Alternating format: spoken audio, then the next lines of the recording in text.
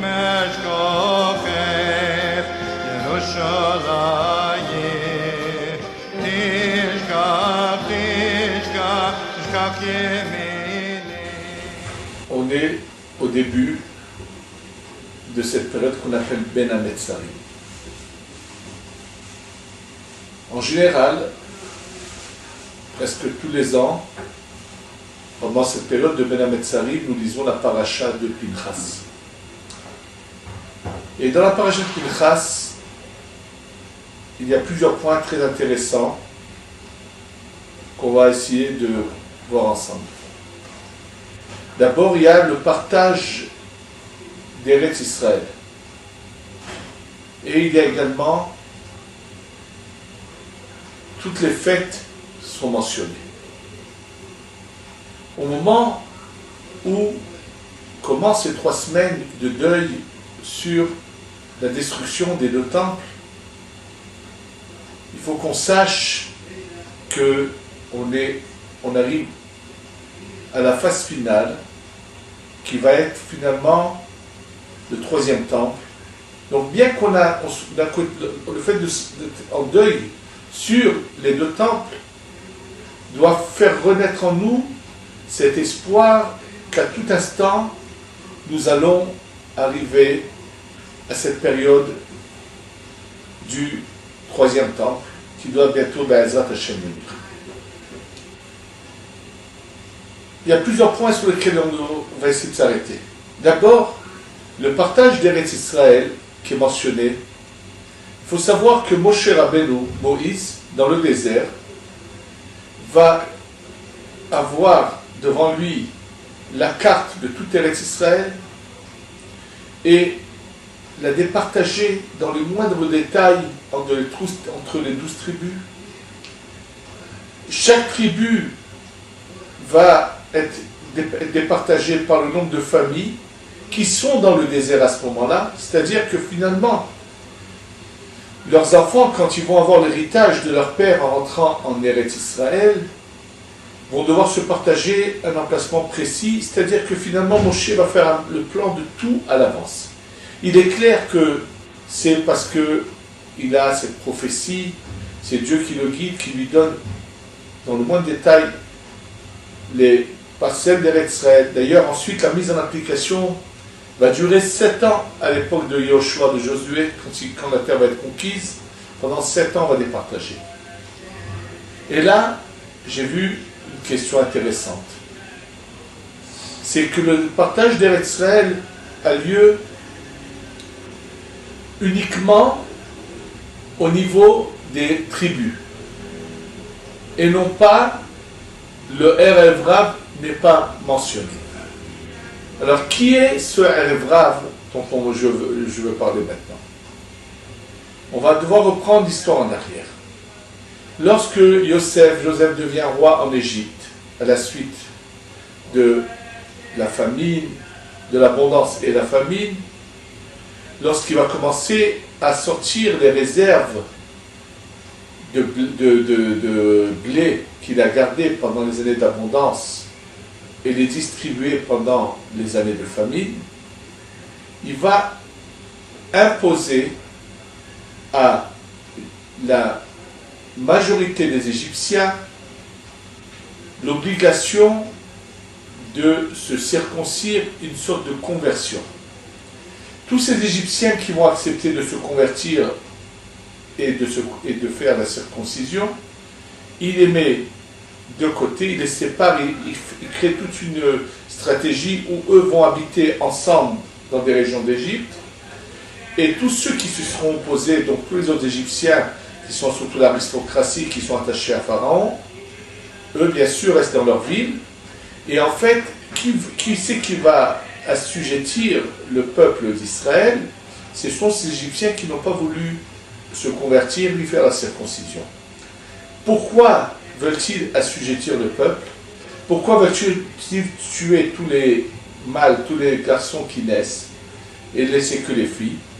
Parce qu'ils sont conscients que ces Égyptiens qui sont sur la touche, comme on pourrait dire, qui ont pris apparemment un engagement en direction du peuple d'Israël mais qui sont hésitants, il est clair pour eux, pour Pharaon et toute cette partie du peuple qui est restée derrière lui, que si on anéantit le peuple d'Israël, automatiquement tous les Égyptiens reviendront à leur source, et donc il n'y aura aucun problème. Ce plan qu'à Pharaon ne réussit pas, et finalement, quand le peuple d'Israël sort d'Égypte, tous ces Égyptiens vont sortir avec eux, c'est ce qu'on appelle le Harevrav. C'est eux qui vont être la cause de beaucoup de malheurs, tels que la faute du veau d'or et d'autres. À chaque fois qu'il y a un mécontentement, qui sait qui sont les meneurs, ce sont ces Égyptiens. Parce qu'au fond d'eux-mêmes, ils préfèrent repartir en Égypte plutôt que d'aller vers cette terre d'Israël inconnue qui pour eux ne sentent aucune attache à cela. Et c'est pour ça qu'on retrouve souvent cette expression « Pourquoi tu nous as sortis d'Égypte » qui est mentionnée vis-à-vis de Moshe. Et cette sorte cette sensation, quand ils se rappellent de l'Égypte, ils ont cette nostalgie qu'ils ont de l'Égypte, va faire que souvent ils vont essayer d'inciter le peuple d'Israël aussi à parler avec eux dans le même langage. Et là, ce que nous expliquent plusieurs commentateurs, c'est que tous ces Égyptiens vont finalement tous mourir dans le désert. Donc, eux ne rentrent pas en Israël. Par contre, le problème, c'est qu'on va voir qu'on va souvent les mentionner, le Harevrav, plus tard dans certains événements. Et la révélation est que, même qu'ils sont tous morts dans le désert, ils reviennent en réincarnation, en ce qu'on appelle en Gilgul. Maintenant, ça va nous aider à comprendre beaucoup de choses. N'oublions pas que ce que nous a enseigné le Harizal, Rabbi Yitzhak Luria Ashkenazi dans la Kabbalah, qui nous a révélé, que depuis son époque jusqu'à la venue du Mashiach, du Messie, qui doit se faire incessamment, c'est toute cette génération des Juifs sortis d'Égypte et de ces Égyptiens sortis avec eux qu'on appelle le Harevrav, qui revient en Gilgul, en réincarnation, dans ces générations-là, qui depuis à peu près 400 ans, à l'époque du Harizal jusqu'à nos jours. Et donc, rien d'étonnant de voir qu'on assiste aujourd'hui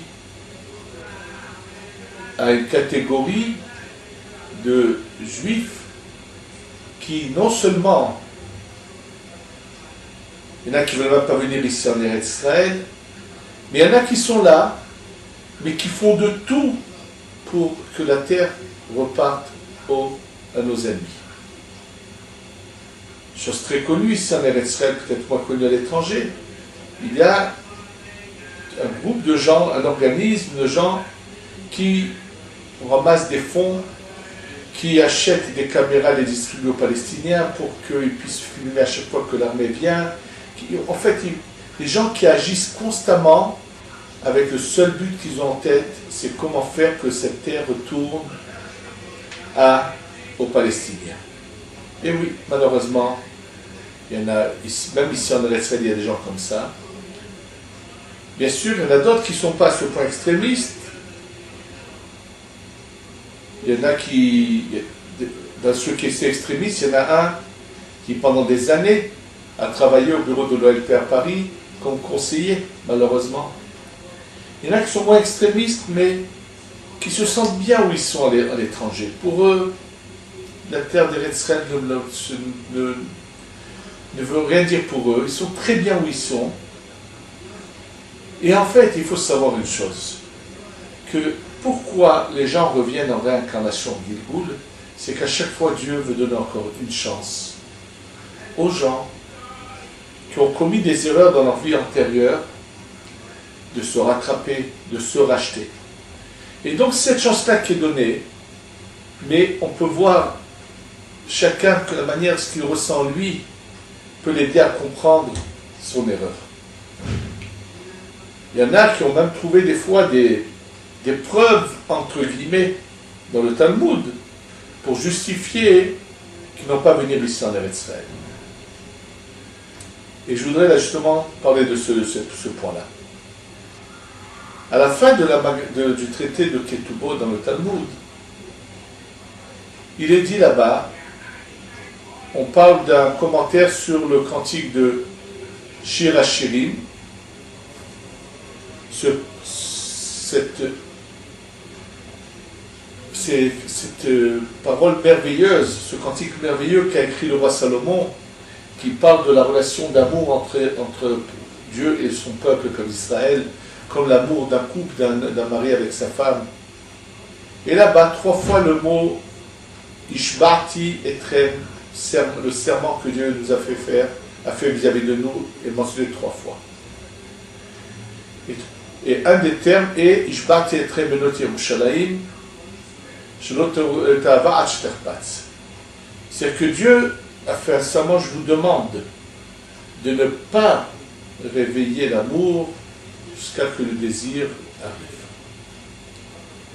Alors, naturellement, dans le Talmud, il est mentionné qu'un des serments était qu'on ne devra pas se soulever, se battre pour acquérir la terre d'Israël par la force. Et donc, apparemment, c'est ce qu'ont eu comme argument certaines personnes qui connaissaient la Torah, mais qui avaient lu ce texte. On pensait qu'il fallait donc s'opposer à ce mouvement qui était de retour en Eretz Israël, de ce combat qui s'est fait à plusieurs reprises pour enfin avoir eu la terre d'Eretz Israël.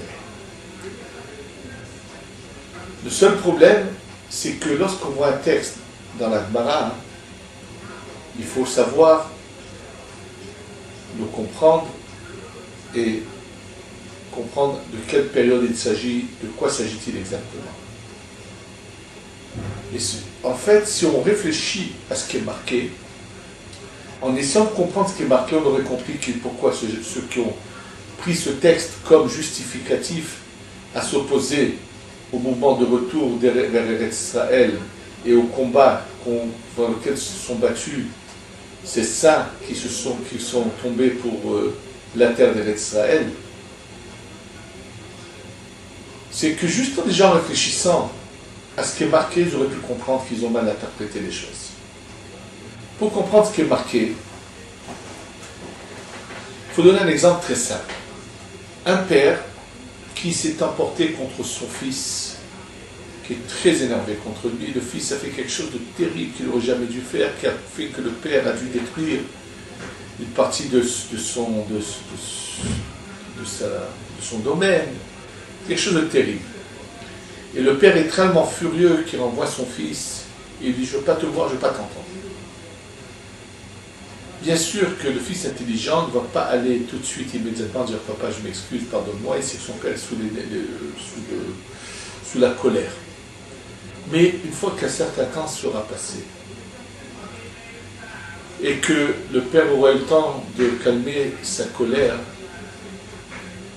quel sera l'espoir du père? C'est que son fils revienne et lui dise « Pardon, papa, je m'excuse, pardonne-moi », et on ouvre une nouvelle page. C'est exactement ce qui est marqué. Or, ce moment-là, le Harizal nous l'explique. Ce moment où Dieu était vraiment sous cette colère, de la gravité de ce qu'avait fait le peuple d'Israël lors de la destruction du deuxième temple, c'était pendant le 5e millénaire. Il y a à cela énormément de preuves que ramène le Harizal, que ce serment concernait le 5e millénaire. Mais après que le 5e millénaire soit passé, quand a commencé le 6e, Dieu n'attendait que cela de nous, qu'on puisse revenir sur la terre d'Eretz Israël, et qu'on se batte pour elle, et qu'on réveille l'amour qu'il y a entre nous et Dieu, et l'amour qu'on a vis-à-vis de la terre d'Israël. Donc, cet argument est complètement faux, ceux qui l'ont utilisé. Et d'ailleurs, le Chida explique que c'est à cause de ce serment qu'à l'époque de ceux qui ont rédigé la Mishnah, qui étaient des géants du peuple d'Israël, des saints, des grands personnages, comment se fait-il qu'à ce moment-là, la terre d'Eretz Israël, la délivrance n'était pas venue? Parce qu'il y avait le serment de Dieu pendant cette période-là. Ils ont vécu pendant cette période-là. Mais une fois que cette période était passée, L'attente de Dieu, c'est que nous réveillons de l'amour, c'est ce que nous devons faire, et c'est ça ce qui doit nous réveiller. Et d'ailleurs, c'est pour ça que cette paracha de Pinchas commence, et toujours dans ces 3 semaines, pour nous dire, attention, ce deuil, ce n'est pas un deuil qui doit rester, c'est un deuil qui doit vous emmener à l'envie d'une résurrection, et d'un rattachement et d'un amour vis-à-vis de Dieu. Malheureusement, l'histoire se répète. Le Erev Rav qui a provoqué l'entrée en Eretz Israël, l'a retardé de 40 ans dans le désert, qui a provoqué tellement de malheur, qui est revenu dans cette génération, continue à mal influencer et à être de mauvais exemples pour le reste du peuple. Mais il faut que cette âme, cette étincelle de Dieu qui est en nous, nous réveille l'amour que nous devons avoir vis-à-vis de Dieu. La maison de Dieu, c'est ici en Eretz Israël. Et on doit tous aspirer à nous retrouver ici de nouveau, réunis au service d'Hachem, qui nous donnera la venue du 3e temple et qui va nous aider à passer à l'étape au-dessus, l'étape suivante, qui se réalisera avec la venue du Mashiach, que nous espérons voir régulièrement arriver. Fasse que cette lumière qui est en nous nous aide à nous réveiller et à tous venir bientôt en Eretz Israël, qu'on ait bientôt la Géoula Shema, la délivrance totale avec la venue du Messie du Mashiach. Bimera Biamenu. Amen.